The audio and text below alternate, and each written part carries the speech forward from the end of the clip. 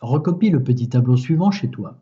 Pour l'indication du test, tu as le choix entre 4 propositions, A, B, C ou D. Si par exemple pour la question 1 la réponse est C, tu notes C sous le 1. On commence. La gestation correspond à l'état de la femme qui porte son petit depuis la conception jusqu'à la naissance, à l'union du spermatozoïde avec l'ovule, à la fixation de l'embryon dans la muqueuse utérine, à la dilatation du col de l'utérus.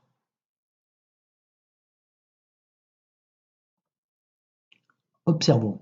Embryon premier mois. Regarde bien toutes les données.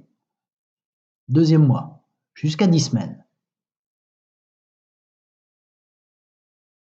Cette séquence montre que l'embryon correspond à un organisme en développement de la 8e semaine à la fin de la grossesse, un organisme en développement depuis la 10e semaine jusqu'à la fin de la grossesse, un organisme en développement depuis la cellule œuf jusqu'à 10 semaines, un organisme en développement depuis la 6e semaine jusqu'à la fin de la grossesse.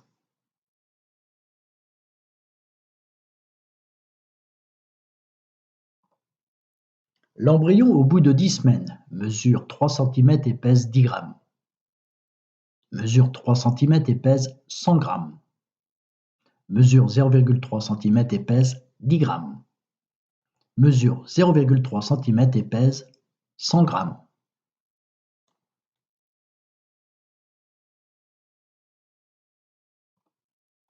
Fœtus. Regarde bien toutes les données, mois par mois. Observe bien.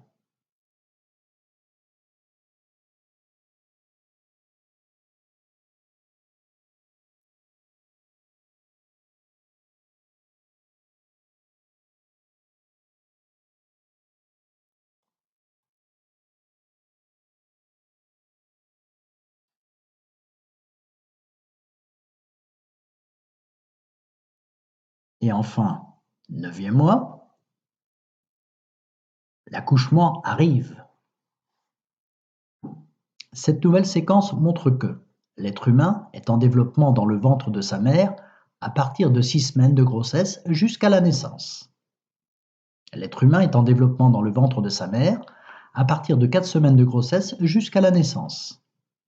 L'être humain est en développement dans le ventre de sa mère à partir de 12 semaines de grossesse jusqu'à la naissance.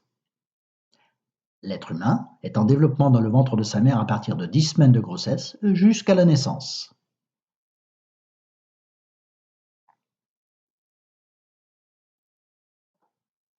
Le fœtus se retourne à la fin du 6e mois, à la fin du 7e mois, à la fin du 8e mois, à la fin du 9e mois.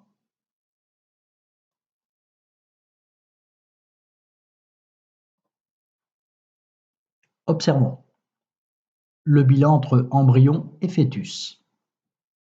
On peut dire que l'embryon, c'est la formation des organes vitaux et le fœtus, c'est la croissance accélérée du bébé. Le fœtus, c'est la formation des organes vitaux et l'embryon, c'est la croissance accélérée du bébé. On passe du fœtus à l'embryon. La période embryonnaire est plus longue que la période fœtale.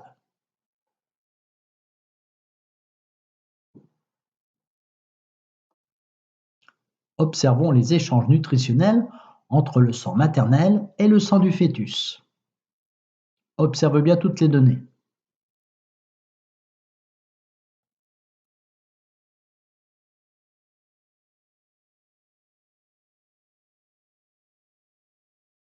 Les organes annexes du fœtus sont le placenta, le cordon ombilical et la poche amniotique.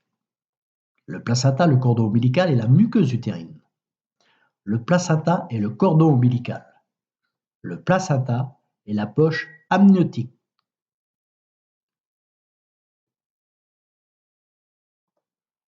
Le placenta peut fournir au fœtus, via le cordon ombilical, aliments, dioxygène, nicotine et alcool, nutriments, CO2, nicotine et alcool, excréments, dioxygène, nicotine et alcool, ou alors nutriments, dioxygène, nicotine et alcool.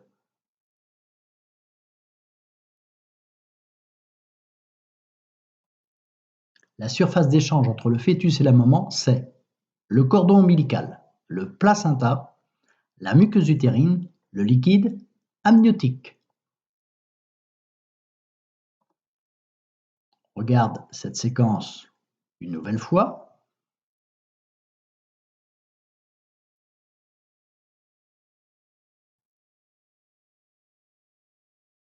Tu as bien observé?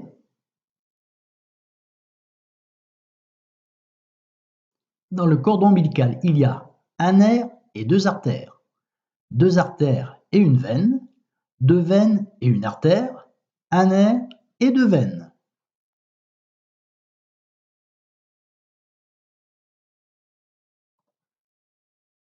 As-tu obtenu le score maximum?